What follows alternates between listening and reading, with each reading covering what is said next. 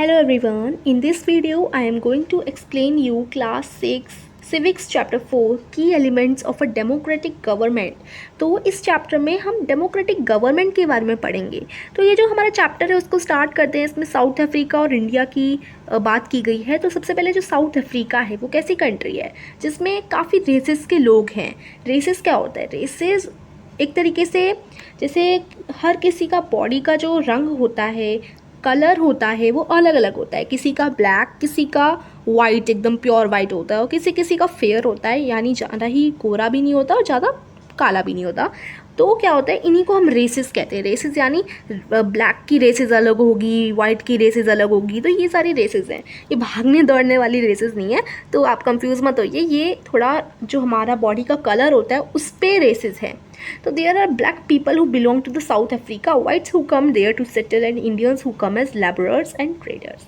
तो क्या है, साउथ अफ्रीका में बेसिकली ब्लैक लोग ही होते हैं जो वहाँ के नेटिव पीपल होते हैं, यानी शुरू से ही वहाँ पर उन्होंने जन्म लिया है, वो तो हमेशा ब्लैक ही होते हैं।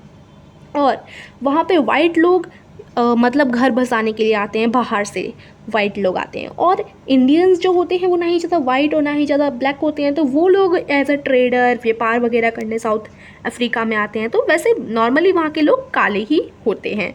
तो यहाँ पर एक कहानी सुनाई गई है माया नायडू, जो कि 11 साल की लड़की है, साउथ अफ्रीका की है, एकदम साउथ अफ्रीकन गर्ल है, जो कि एक टाउन में रह रही है जिसका नाम है जोहान्सबर्ग। और वो अपनी मम्मा की हेल्प कर रही होती है पुराने बक्से उठाने में।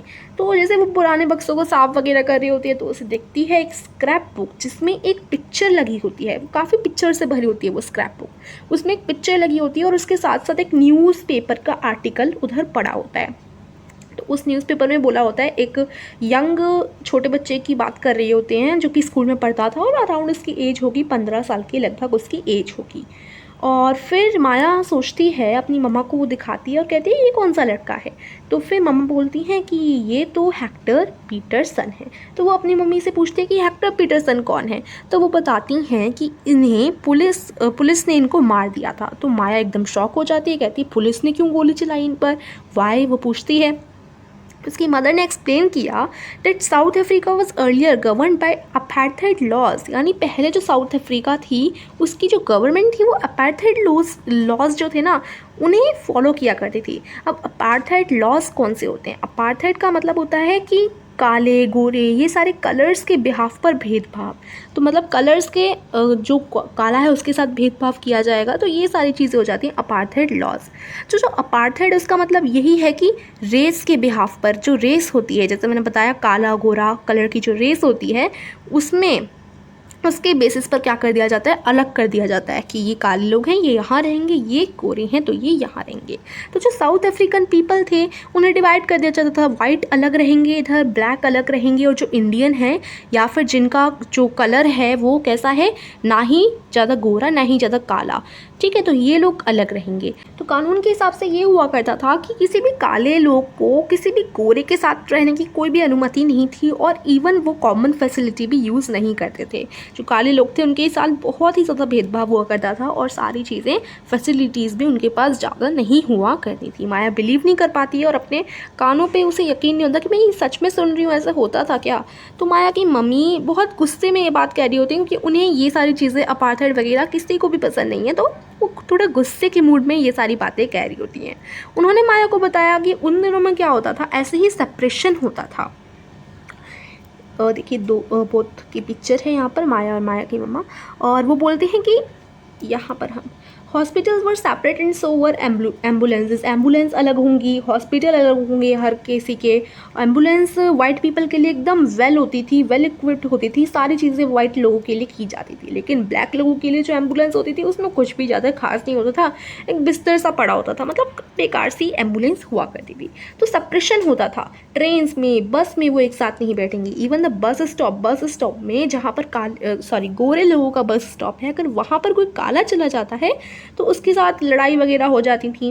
तो जो काले होते थे उन्हें अलाउ नहीं किया जाता था वोट देने के लिए, वो वोट भी नहीं दे पाते थे। बेस्ट कंट्री जो थी, मतलब बेस्ट जगह कंट्री की किनको मिलती थी, वाइट पीपल को, और ब्लैक पीपल को कहीं पर भी एकदम गंदी सी जगह दे दी जाती थी रहने के लिए। तो जो ब्लैक्स थे, ब्लैक्स को एकदम वाइट के इक्वल नहीं माना जाता था, दोनों में काफ़ी भेदभाव हुआ जाता था, वाइट ऊपर रहेंगे और ब्लैक नीचे रहेंगे। तो ये सब पहले इस पे बहुत ही ज़्यादा वो होता था, भेदभाव होता था। One black township was the south western township Soweto. Hector Pieterson lived here and he and his classmate joined the protest against learning the Afrikaans language in school। तो क्या था, एक ब्लैक टाउनशिप थी, यानी एक ब्लैक लोगों की जगह थी। टाउनशिप का मतलब होता है जहाँ पर लोग रहते हैं, तो एक ब्लैक की थी जहाँ पर साउथ वेस्टर्न टाउनशिप थी ये, जिसका नाम था सोवेटो। तो सोवेटो में ही हेक्टर पेटरसन रहते थे और वहाँ पर उन्होंने अपने क्लासमेट यानी क्लास के लोगों के साथ, क्लास के जो बच्चे थे उनके साथ एक प्रोटेस्ट किया। एक तरीके से प्रोटेस्ट नहीं होते कि उसके बदले हम थोड़ा चलेंगे, उसके बदले लड़ाई लड़ेंगे, तो मतलब थोड़ा बोलने की कोशिश की किस चीज़ के बदले, क्योंकि उन्हें ना जो गोरे लोग थे अपनी लैंग्वेज पढ़ाते थे, जबकि जो अफ्रीकन्स की यानी जो ब्लैक लोग होते थे उनकी लैंग्वेज अलग होती थी, लेकिन जो गोरे लोग थे वो अपनी लैंग्वेज उन लोगों को भी पढ़ाते थे जानबूझ के। तो उन्हें ये सब अच्छा नहीं लगता था, वो चाहते थे कि हमारी लैंग्वेज ही हम पढ़ें जो हमारी अफ्रीकन की लैंग्वेज होती है। तो हेक्टर और दूसरे स्टूडेंट्स को फोर्स किया जाता था कि नहीं, तुम वो नहीं पढ़ोगे, अपनी लैंग्वेज नहीं पढ़ोगे, हमारी ही लैंग्वेज तुम्हें पढ़नी पड़ेगी। तो उनकी लैंग्वेज थी ज़ूलू, किनकी, जो वो पढ़ना चाहते थे लेकिन उन्हें पढ़ने नहीं दी जाती थी, उन्हें गोरे लोगों की लैंग्वेज ही पढ़नी पड़ती थी।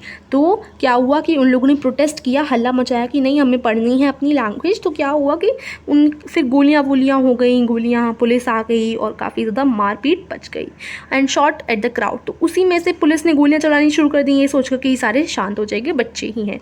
लेकिन फिर भी वो थोड़ा बहुत लड़ते रहे और फिर पुलिस की जो गोली थी वो लग गई हेक्टर पेटरसन को।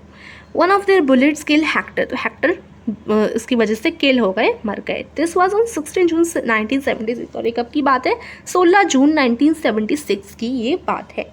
तो जो अफ्रीकन नेशनल कांग्रेस थी मतलब काफ़ी लोगों ने इसके खिलाफ स्ट्रगल किया और इस अपार्थाइड वाला जो कानून था इसके खिलाफ काफ़ी लोगों ने लड़ाई लड़ी कि नहीं, जो ब्लैक पीपल हैं उनको भी वाइट पीपल के समान माना जाए। और काफ़ी सारे जैसे लीडर होते हैं ना जिन्होंने काफ़ी ज़्यादा हद तक लड़ाई लड़ी, उनमें से एक का नाम है नेल्सन मंडेला। नेल्सन मंडेला ने लड़ाई लड़ी और इस चीज़ के खिलाफ बहुत ही ज़्यादा इन्होंने उठाया, काफ़ी कदम उठाए और फाइनली इन्हें विजय मिल गई। और 1994 में साउथ अफ्रीका एक डेमोक्रेटिक कंट्री बन गई, फ्रीडम वाली कंट्री बन गई, जहाँ पर सारे लोगों को, सारे रेसेस के लोगों को इक्वल माना जाने लगा। तो उसके बाद जो नेल्सन मंडेला थी वो हमारे जो वो हैं सबसे फर्स्ट प्राइम मिनिस्टर भी बनी थी साउथ अफ्रीका की। तो ये हुआ था इनके बीच में। तो इस तरीके से काफ़ी लड़ाई लड़ी। Let us now try to understand what a democratic government means to all of us. अब देखिए, अब हम पढ़ते हैं पार्टिसिपेशन। डेमोक्रेटिक गवर्नमेंट का मतलब होता है कि एक फ्री गवर्नमेंट जहाँ पर सारे लोगों का हक हो वोट करने का भी, प्लस सारे लोग बराबर हों। तो अब पार्टिसिपेशन की बात करें तो देखिए, जो हमारे इलेक्शंस होते हैं वो किस टाइम पे होते हैं, उनके एक टाइम पीरियड होता है कि 5 साल बाद दोबारा से इलेक्शन होते हैं। जैसे अभी कोई गवर्नमेंट चल रही है वो सिर्फ 5 साल तक चलेगी, 5 साल बाद वो फिर से उसके इलेक्शन होंगे और 5 साल बाद अगर वही गवर्नमेंट फिर से जीत जाते हैं तो फिर से उसका जो है रूल चलेगा। तो इस तरीके से होता है, हर 5 साल बाद हमारे इंडिया में जो है होते हैं इलेक्शंस, यानी वोट होते हैं, चुनाव होते हैं।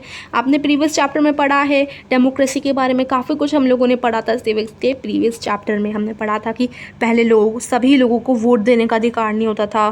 तो क्या होता है कि हमने ये भी पढ़ा, फिर बाद में सबको वोट देने का जब अधिकार हुआ तो सारे लोग आराम से वोट दिया करते थे और उन्हीं के बिहाफ पर, जिस तरीके से वो सबसे ज़्यादा वोट जिस पर पड़ते थे वही उनको रिप्रेजेंट करता था, वही नेता फिर आगे जाता था और उसके बाद उनके डिसीजंस जो होते थे वो लोगों के बिहाफ पर ही होते थे कि लोग जो कहेंगे उसे मानकर जो गवर्नमेंट है वो चलेगी और लोगों को एक तरीके से रिप्रेजेंट करेगी। ऐसा नहीं है कि वो अपनी मर्ज़ी से गवर्नमेंट कुछ भी करेगी, जो लोगों की मर्ज़ी होगी उसी को सोच समझ कर गवर्नमेंट जो है अपना फैसला लेती है। ठीक है, ऑल गवर्नमेंट आर इलेक्टेड और फिक्स्ड पीरियड्स, हर गवर्नमेंट के फिक्स्ड पीरियड होते हैं 5 साल का। In India this period is 5 years, India में 5 साल का है, अलग अलग कंट्री में अलग अलग पीरियड होते हैं इलेक्शन के। Once elected government can stay in power only for that period. अब देखिए, जो गवर्नमेंट मैंने आपको बताया, जैसे अभी कोई गवर्नमेंट चल रही है तो वो सिर्फ अभी 5 years के टाइम पीरियड तक ही चलेगी। 5 years बाद दोबारा से वोटिंग होगी और अगर दोबारा से वही गवर्नमेंट चुन ली जाती है तो दोबारा से उस गवर्नमेंट का रूल चलेगा। तो इस तरीके से होता है, हर 5 साल बाद हमारे इलेक्शन होते हैं इंडिया में। और जो कि 18+ ही करते हैं अडल्ट लोग, this is a moment when people can sense their power in a democracy. और इसी का मतलब है कि लोग डेमोक्रेसी दिखाते हैं। डेमोक्रेसी का मतलब वही कि लोगों के बिहाफ पर जो है नेता चुना जाता है, और जो नेता होता है वो भी लोगों को एक तरीके से रिप्रेजेंट करता है। अपने जो रूल्स वगैरह होते हैं वो लोगों को बताकर और अच्छी तरीके से अपने सारे फैसले लेता है। इस तरीके से जो पावर होती है गवर्नमेंट की, वो रेगुलर उसके लिमिट होती है। जैसे 5 साल की उसकी लिमिट होती है। ऐसा नहीं है कि जो गवर्नमेंट है वो पूरे हज़ारों साल मतलब हर बार वही गवर्नमेंट रहेगी, इसलिए तो गवर्नमेंट बदलती रहती है हर 5 साल में। अब देखिए अदर वेज ऑफ पार्टिसिपेटिंग, दूसरे तरीके पार्टिसिपेट करने के। एक तो इलेक्शन है, इलेक्शन से जो लोग हैं वो पार्टिसिपेट, मतलब एक तरीके से इलेक्शन से लोग अपने नेता चुनते हैं, जो कि हर 5 साल में होता है। इसके वोटिंग के अलग क्या होता है, अदर वेज भी होता है जिससे हम पार्टिसिपेट कर सकते हैं गवर्नमेंट की प्रोसेस में। जैसे लोग जो हैं वो अगर इंटरेस्ट लेते हैं गवर्नमेंट के काम में, इंटरेस्ट लेते हैं और मतलब काफ़ी उन्हें इंटरेस्ट आता है गवर्नमेंट जो काम कर रही है उसे जानने में। तो क्या है, इन अगस्त 2005 when a particular government increased by money, people had to pay for the electricity, people expressed their disapproval very sharply। तो अभी इतना तक हमने पढ़ा, अब हम बात करते हैं 2005 की। अगस्त 2005 में क्या हुआ था, एक गवर्नमेंट थी और उसने क्या किया, बिजली के जो है दाम बढ़ा दिए। बोल दिया कि लोगों को इलेक्ट्रिसिटी के लिए काफ़ी पैसे भरने पड़ेंगे, थोड़ा एक्सपेंड कर दिया, मतलब इंक्रीज़ कर दिया पैसों को। और लोगों को काफ़ी ज़्यादा डिसअप्रूवल, मतलब लोगों ने काफ़ी ज़्यादा फिर क्या किया, डिसअप्रूवल हो गए वो लोग, और काफ़ी शार्पली उन्होंने एक्शन लिया लोगों ने, क्योंकि लोगों के बिहाफ पर ही हम गवर्नमेंट को चुनते हैं। लोग जितना वोट करेंगे उस गवर्नमेंट को वही चुनी जाएगी। तो गवर्नमेंट का भी यही होता है कि गवर्नमेंट को भी लोगों के हिसाब से ही चलना होता है। तो गवर्नमेंट ने गलत डिसीजन लिया था कि इलेक्ट्रिसिटी के जो मनी था वो इंक्रीज़ कर दिया था, तो लोगों को ये सही नहीं लगे और उसके खिलाफ फिर रैली निकली। रैली के अलावा काफ़ी कुछ कंपेन वगैरह चली। रैली क्या होता है, रैली मतलब लोग कई सारे लोग हो जाते हैं, फिर वो नारे लगाते हैं कि नहीं ये नहीं होना चाहिए, ये गलत है। तो गली गलियों में आपने देखा होगा, आपकी गली में कभी रैली घूमी है तो आप बता सकते हैं। The government try to explain and defend it decision. Government ने सोचा कि नहीं हम सही कर रहे हैं, हम इसे एक्सप्लेन करने की कोशिश करते हैं, लेकिन फाइनली उन्हें लोगों की ही सुननी पड़ी, क्योंकि लोगों के बिहाफ पर ही तो वो गवर्नमेंट बने हैं। अब लोगों की ही सुननी पड़ी क्योंकि लोग तो माने नहीं और ये गलत डिसीजन भी था। तो उन्होंने जो इंक्रीजमेंट किया था उसमें विड्रॉ कर दिया, यानी उसे कम कर दिया वापस से। गवर्नमेंट का जो चेंज है डिसीजन में वो क्यों हुआ, क्योंकि it is responsible to the people. Government हमेशा रिस्पॉन्सिबल होनी चाहिए, क्योंकि लोगों ने ही तो उन्हें चुनकर बनाया है। तो गवर्नमेंट को हमेशा रिस्पॉन्सिबल होना चाहिए हर चीज़ के लिए, और एकदम अच्छी तरीके से एक्शन जो भी वो उठाते हैं एकदम अच्छी तरीके से उठाने चाहिए, राइट। उसके बाद देखते हैं हम लोग, There are many ways in which people express their views and make government understand what action they should take। काफ़ी चीज़ें होती हैं जिससे लोग बता सकते हैं गवर्नमेंट को अगर गवर्नमेंट कुछ गलत कर रही है या गवर्नमेंट को कुछ और अच्छी चीज़ करनी चाहिए। जैसे हम चाहते हैं गवर्नमेंट को बताना कि नहीं ये आप गलत कर रहे हो, आपको ये करना चाहिए। तो हम कैसे कर सकते हैं गलत बताने के लिए, धरना लगा सकते हैं, रैली चला सकते हैं, स्ट्राइक कर सकते हैं गवर्नमेंट के खिलाफ, कैंपेन चला सकते हैं, एक्सेट्रा। काफ़ी चीज़ें होती हैं जिन्हें कर हम गवर्नमेंट तक अपना वो जो भी हम बोलना चाहते हैं वो पहुंचा सकते हैं। और ये जैसे कोई चीज़ है जो गलत है या अनजस्ट है उसको भी हम सामने ला सकते हैं रैली वगैरह कर। अब देखो आपने न्यूज़पेपर, मैगज़ीन, टीवी में भी आपने देखा होगा कि क्या होता है, गवर्नमेंट के बारे में, गवर्नमेंट के जितने भी इश्यूज़ हैं और रिस्पॉन्सिबिलिटी हैं उसके बारे में बोला जाता है। अब आप टीवी पर न्यूज़ देखते हैं तो न्यूज़ में आता है ना कि गवर्नमेंट ये कर रही है। अब क्यों कर रही है, मतलब टीवी में न्यूज़ में बोलते हैं कि गवर्नमेंट ये गलत कर रही है या बहुत कुछ। तो टीवी, मैगज़ीन और न्यूज़पेपर भी एक इम्पॉर्टेंट रोल प्ले करते हैं गवर्नमेंट को उसकी रिस्पॉन्सिबिलिटी ध्यान दिलाने के लिए। अब देखिए ये ट्रू है कि जो हमारी डेमोक्रेसी है allows people to participate. It is also true that not all sections of people are actually able to do so. यानी सारे लोग अभी डेमोक्रेसी के रूल के हिसाब से सारे लोगों को पार्टिसिपेट करने का हक है। अब देखिए another way for people to participate is by organizing themselves into social movements to seek to challenge the government and its functioning। तो दूसरा तरीका ये है, people participate कर सकते हैं, सोशल मूवमेंट चला सकते हैं, जैसे कि लिए वो गवर्नमेंट को चैलेंज कर सकते हैं, बता सकते हैं कि ये आप गलत कर रहे हो। तो वही चीज़ कही गई है कि आप रैली वगैरह करके कर सकते हैं। सब members of the minority community, dalit, adivasis, women, other are often able to participate in this manner. हाँ अब देखिए उन लोगों की बात की जा रही है। अब जो ऐसे लोग होते हैं जिनकी जो कम्युनिटी है, जिनका जो समाज है वो काफ़ी कम होता है, जैसे कि लिए हमारी इंडिया में जो दलित लोग हैं, जो थोड़े नीचे कास्ट में आते हैं उनका थोड़ा कम माइनॉरिटी है। आदिवासी अभी काफ़ी कम बच्चे हैं और उसके साथ साथ जो वुमेन हैं वो भी काफ़ी कम होती जा रही हैं। तो ये सारे क्या करते हैं, सोशल मूवमेंट चलाते हैं। अगर इनके खिलाफ कुछ गलत किया जा रहा है या भेदभाव हो रहा है तो ये लोग भी गवर्नमेंट तक पहुंचा सकते हैं बातों को, नारे वगैरह लगा के, जैसे यहाँ पर आप देख पा रहे होंगे। मतलब थोड़ा गवर्नमेंट तक पहुँचाने के लिए बात आप क्या कर सकते हैं, सोशल मूवमेंट चला सकते हैं ऐसे जिनके साथ अगर कुछ गलत किया जा रहा है तो। If its country people are alert and interested in how the country is run, the democratic collector of the government of that country will be stronger. अब देखिए, अगर कंट्री के लोग ऐसे हो जाएं, चुपचाप से हो जाएं, वो जाने ही नहीं कि गवर्नमेंट कर क्या रही है और आराम से बैठ जाए, और जो लोग बोल रहे हैं वो भी फिर चुप हो जाते हैं, तो क्या होता है, अगर सारी कंट्री इस बात पे ध्यान देगी कि गवर्नमेंट क्या काम कर रही है, कहीं कुछ गलत तो नहीं कर रही, तो इसी से क्या होगा, हमारी जो डेमोक्रेसी है वो स्ट्रांग होगी। जितनी स्ट्रांग होगी उतना गवर्नमेंट गलत काम नहीं करेगी, क्योंकि हम लोग भी तो काफ़ी कुछ स्ट्राइक वगैरह ले सकते हैं। तो हमें यही बोला गया कि कंट्री के पीपल को ध्यान देना चाहिए, अलर्ट रहना चाहिए कि क्या हो रहा है, गवर्नमेंट कर क्या रही है।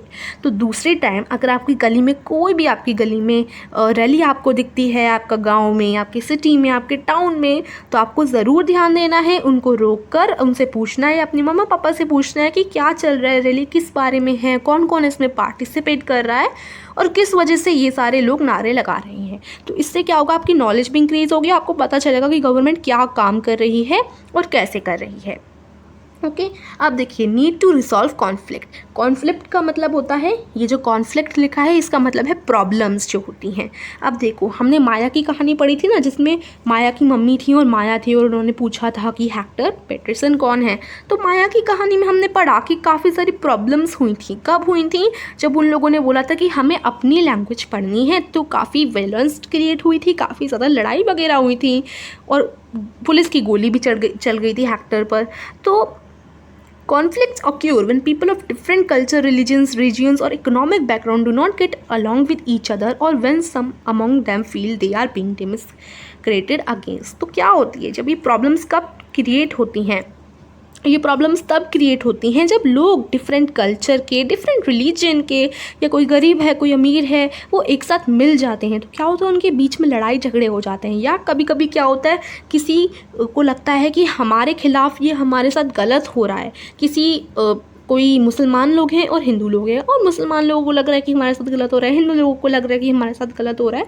तो इस तरीके से क्या हो जाता है, कॉन्फ्लिक्ट यानी जो लड़ाइयाँ वगैरह हैं वो पैदा हो जाती हैं। तो लोगों को शांति नहीं, वियोलेंट यानी लड़ाई फिर लड़नी पड़ती है, और इस तरीके से क्या होता है, डिफरेंसेस, भेदभाव पर लड़ाई हो सकती है, काफ़ी चीज़ों पर लड़ाई लोग लड़ने लग जाते हैं। उसके बाद दंगे फसाद जो आपने देखे होंगे, मतलब आपके कभी कभी हो जाते हैं ना दंगे फसाद, तो इसी वजह से होते हैं वो।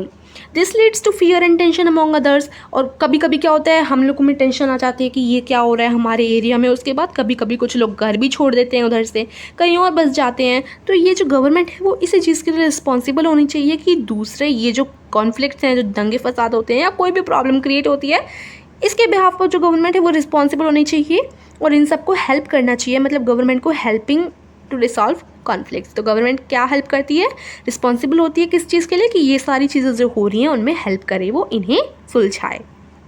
तो चलो अब हम कुछ वो पढ़ते हैं, कुछ कॉन्फ्लिक्ट्स पढ़ते हैं, प्रॉब्लम्स पढ़ते हैं जो हमारी सोसाइटी में होती रहती हैं ज़्यादातर, और गवर्नमेंट का क्या क्या रोल है, इनमें रोल है कि उनको वो सुलझाए गवर्नमेंट। तो देखिए, जो दंगे फसाद हैं, जो लड़ाइयाँ हैं, वो किस वजह से होती हैं। उससे पहले हम ये बॉक्स पढ़ लेते हैं। जो इंडियन का संविधान है, इंडियन कॉन्स्टिट्यूशन है, उसके बेसिक रूल्स या कानून के मुताबिक कानून जो है सबको फॉलो करने चाहिए, राइट। जो हमारा संविधान है इंडिया का, उसके जो कानून है सब फॉलो करते हैं, और ये जो कानून है वो दोनों के लिए हैं, गवर्नमेंट के लिए भी और लोगों के लिए भी। तो जो भी हमारे भेदभाव होते हैं या फिर जो भी हमारे दंगे फसाद होते हैं, उन्हें रिसॉल्व करना चाहिए, उन्हें सुलझाना चाहिए कानून के मुताबिक, ठीक है। और एक गवर्नमेंट का ही कर्तव्य बनता है कि वो इन सारी चीज़ों को रिसॉल्व करे। तो देखिए, किस किस वजह से हमारे ये जो हैं कॉन्फ्लिक्ट्स पैदा होते हैं। रिलीजियस प्रोसेशंस की वजह से, या तो धर्म की वजह से होते हैं, कोई अलग धर्म का है, और फिर कभी कभी क्या होता है सेलिब्रेशंस की वजह से होते हैं। Can someone lead to conflicts. हाँ, एक तरीका ये है कि देखो, for example the route a procession takes lead to a conflict, the government particularly the police play an important role in getting representative of concern communities to meet and try arrive at a solution. अब देखिए, जैसे क्या हुआ, अलग अलग धर्म के लोग हैं, या फिर हो सकता है कि वो कोई और त्यौहार बनाते हैं, सेलिब्रेशंस अलग करते हैं, या यहाँ पर सारे लोग हिंदू रहते हैं और यहाँ पर कहीं मुसलमान की रैली वगैरह निकल जाए तो लोग लड़ने लग जाते हैं। तो इस तरीके से क्या होता है, लड़ाइयाँ वगैरह पैदा हो जाती हैं और फिर दंगे फसाद भी होने शुरू हो जाते हैं। तो इसमें गवर्नमेंट का, और गवर्नमेंट में भी पुलिस का सबसे ज़्यादा इंपॉर्टेंट रोल बनता है कि वो इनको कंसर्न करें और मतलब इनसे मिले और इन्हें सुलझाने की कोशिश करें शांति से। और कभी कभी क्या होता है, at times there is fear that violence may erupt with people throwing stones or trying to disrupt the procession। कभी कभी इतने हद तक की लड़ाई बढ़ जाती है कि लोग एक दूसरे पर पत्थर फेंकने लग जाते हैं और घर वर टूट जाते हैं, आग लग जाती है। तो पुलिस रिस्पॉन्सिबल है इन सबको, वायलेंस को, ये जो भी लड़ाई हो रही है उसमें आए और आकर इन सबको सुलझाए। तो rivers to can become a source of conflict between state. अब स्टेट की बात करें, दो राज्यों के बीच में कभी कभी क्या हो जाता है, लड़ाइयाँ पैदा हो जाती हैं नदियों की वजह से। क्योंकि क्या है, रिवर, देखिए हम कावेरी की बात करते हैं। कावेरी जो नदी है, देखिए कितनी सुंदर फोटो दे रखी है ना, ये नदी है कावेरी, आपने देखी भी होगी। तो कावेरी नदी जो है वो being at the centre of heated conflict between two state for the last 30 years से जो दो स्टेट है कर्नाटका और तमिलनाडु, उनसे गुजरकर ये नदी जाती है। तो देखिए सबसे टॉप पे अगर आप मैप में देखें तो इस तरफ तो कर्नाटका है, के मैंने के लिखा है, के कर्नाटका, और नीचे की तरफ क्या है, तमिलनाडु है, टी। तो क्या होता है, अब हम आगे पढ़ते हैं क्या होता है। Another and in the third, कभी कभी जो काफ़ी नदियाँ होती हैं जो कि दो स्टेट से गुजर कर जाती हैं, कभी कभी तीसरे स्टेट से गुजर कर जाती हैं। तो जो कावेरी नदी है काफ़ी जो कर्नाटका और तमिलनाडु वाले स्टेट से गुजर कर जाती है। यस, कावेरी नदी के बारे में आपने सुना होगा, वो कर्नाटका और तमिलनाडु के बीच में से जाती है। जो वाटर है वो वाटर जो होता है उस नदी का, कावेरी नदी का जो पानी होता है वो सबसे पहले कर्नाटका में आता है, क्योंकि कर्नाटका तमिलनाडु से ऊपर वाले साइड में है। अब कर्नाटका अपना जो पानी है वो कहाँ पर स्टोर करती है, कृष्णा राजा सागरा डैम में। ठीक है, वहाँ पर एक डैम है, कृष्णा राजा सागर डैम, मतलब इकट्ठा करने के लिए एक डैम बनाई गई है। तो उधर कावेरी का पानी कर्नाटका इकट्ठा करता है। ठीक है, और उसके बाद कर्नाटका क्यों इकट्ठा करता है, स्टेट्स क्यों इकट्ठा करते हैं पानी, जिससे जो नंबर ऑफ डिस्ट्रिक्ट्स हैं या फिर हम कह सकते हैं जो किसान वगैरह हैं वो अपनी फसल ढंग से उगा सकें और पानी की कमी ना पड़े। ठीक है, और कभी कभी ये जो पानी है वो बेंगलुरु जैसे बड़े शहरों में भी काम आता है। तो water store in Mettur dam, अब मीटर डैम है तमिलनाडु में। तमिलनाडु में भी जब कावेरी का नदी से पानी आता है तो वो अपनी मीटर डैम में स्टोर कर लेता है तमिलनाडु, जिससे क्या होगा, क्रॉप्स ग्रोन हो पाएंगे और अच्छी तरीके से पूरा जो स्टेट है वो चलता रहेगा। तो अब कभी कभी क्या होता है, ये बात तो एकदम सिंपल है, इसमें तो कोई लड़ाई की बात नहीं है, लेकिन जब लड़ाई जो होती है वो कब उगती है, कब पैदा होती है, क्योंकि दोनों डैम्स जो हैं वो एक ही रिवर के हैं, एक ही रिवर में से दोनों तमिलनाडु और कर्नाटका अपने डैम में भरती हैं। तो तमिलनाडु तो नीचे की तरफ है, तो अगर ऊपर से यानी कर्नाटका से पानी आएगा तभी तो तमिलनाडु भर पाएगी। अब देखो कर्नाटका के लोग ही सारा पानी भर लेंगे, या क्या पता कि नदी में कमी पड़ जाए, नदी में कम पानी आए, तो कर्नाटका के लोग तो जितना लेते हैं उतना ही लेंगे। अब यहाँ से बहुत ही कम पानी आए या पानी आए ही ना, तो तमिलनाडु के लोगों को क्या होगा, लड़ाई पैदा हो जाएगी। तमिलनाडु के लोग कहेंगे कि भाई हमारे पास तो पानी ही नहीं आया, ये क्या बात की आपने। तो कर्नाटका के लोग कहेंगे तो हमारे पास भी, हमने तो उतना ही लिया, हमने तो कुछ गलत नहीं किया, नदी में कमी है तो हम क्या करें। तो इस तरीके से लड़ाई पैदा हो जाती है और इस तरीके से हमारे जो कॉन्फ्लिक्ट्स हैं, प्रॉब्लम्स हैं, वो क्रिएट हो जाती हैं नदियों के लिए। ठीक है, this leads to be a conflict. The central government has to step in and see that a fair distribution is worked out for both sides। और जब ये सब पैदा होता है तो सेंट्रल गवर्नमेंट का पार्ट बनता है कि वो आए और इन सबको सुलझाए। तो गवर्नमेंट के काफ़ी सारे चीज़ें होती हैं जिसे उसे संभालना होता है। अब इक्वलिटी और जस्टिस यानी भेदभाव ना करें, एकदम बराबर समानता रखें, और जस्टिस यानी थोड़ा मतलब जस्टिस यानी वो लें, कोई कदम उठाएं। तो देखिए, one of the key ideas of a democratic government is its commitment to equality and justice. जो इक्वालिटी होती है और जस्टिस होती है, जो निर्णय यानी जस्टिस यानी किसी भी चीज़ के खिलाफ अगर हमने कुछ किया तो वो जस्टिस हो जाता है, और इक्वालिटी यानी समानता। ये गवर्नमेंट की आइडिया है, कमिटमेंट है कि वो ये दोनों करेगी, इक्वालिटी और जस्टिस बनाकर रखेगी हमारे भारत में। इक्वालिटी और जस्टिस ये दोनों ही एक ही चीज़ होती हैं और ये दोनों ही होना किसी भी कंट्री में बहुत ज़रूरी होता है। तो earlier practice of untouchability is now band by law. तो आपको पता है, पहले हमने पिछले चैप्टर में अछूत वाला पढ़ा था कि जो लोअर कास्ट होती है उनमें उन्हें छुआ नहीं जाता था और उन्हें काफ़ी कुछ उनके साथ भेदभाव किया जाता था, लेकिन अब तो वो बैन हो चुका है, लेकिन अभी भी थोड़ा बहुत ये सब होता है। तो क्या होता है, this group of people were denied education. इन लोगों को, यानी जो दलित लोग होते हैं, जो अनटच के लोग होते हैं, उन लोगों को एजुकेशन पहले नहीं दी जाती थी, ट्रांसपोर्ट में नहीं घुसना दिया जाता था, मेडिकल फैसिलिटी नहीं मिलती थी, और इवन वो प्रेयर्स यानी भगवान से कोई प्रार्थना या टेम्पल में घुसना चाहते हैं तब भी उन्हें नहीं घुसने दिया जाता था। इन्हीं में से एक थे डॉक्टर अंबेडकर। आपने डॉक्टर BR अम्बेडकर की काफ़ी कहानियाँ सुनी होगी, हमने पिछले चैप्टर में पढ़ी थी। हमने देखा था कि उन्हें काफ़ी कुछ ऐसा किया गया था उनके साथ, जब उन्होंने बताया था ऑफिस स्टेशन मास्टर को कि वो लोअर कास्ट के हैं, तो स्टेशन मास्टर ने उन्हें उधर ही छोड़ दिया था। स्कूल में वो सबसे पीछे बैठते थे और ट्रीटेड इक्वली, यानी इक्वली ट्रीटेड नहीं किया जाता था। उसके बाद उन्होंने लड़ाई लड़ी और लड़ाई लड़कर सारे दलित ने अपना जो हक वो पाया। अब गवर्नमेंट ने लॉ बना ही दिया है, काफ़ी सालों पहले ही ये लॉ बन चुका है कि जो भी करेगा, जो भी भेदभाव करेगा दलित लोगों के खिलाफ, या जो भी मतलब अनटच को मानेगा, तो उसे कानून के मुताबिक सज़ा भी मिल सकती है। The government also recognizes this and makes special provisions for groups within society that are unequal. For instance, in our society, there is a general tendency to value and care for the boy child more than the girl child. तो वही चीज़ है। अब देखिए हमारी society में क्या होता है, ज़्यादातर अभी तक ये है कि बॉय जो होता है, लड़का जो होता है, उसको ज़्यादा प्यार मिलता है जितना कि लड़की को। तो लड़की को थोड़ा ज़्यादा वो चीज़ नहीं दी जाती जितना लड़के को दी जाती है। इसका मतलब ये है कि जो हमारी सोसाइटी है वो गर्ल की वैल्यू ना करके बॉय की वैल्यू कर रही है और दोनों को इक्वली ट्रीट नहीं कर रही। तो ये बहुत ही गलत है। अभी तो ये काफ़ी कम हो गया है, लेकिन पहले ये बहुत ही ज़्यादा किया जाता था। तो इसमें भी गवर्नमेंट ने काफ़ी ज़्यादा चीज़ें उठाई हैं, जस्टिस किया है। और देखिए आपने देखा होगा कि बेटी बचाओ बेटी पढ़ाओ, ये वाला भी उन्होंने उठाया है गवर्नमेंट ने ही। और लोगों को, गवर्नमेंट ने गर्ल्स की जो फ़ीस है स्कूल में वो भी कम कर दी है, जिससे लड़कियों को पढ़ाया जा सके। फ्री में लड़कियां पढ़ लेती हैं कभी कभी, मतलब जो गवर्नमेंट स्कूल होते हैं उसमें।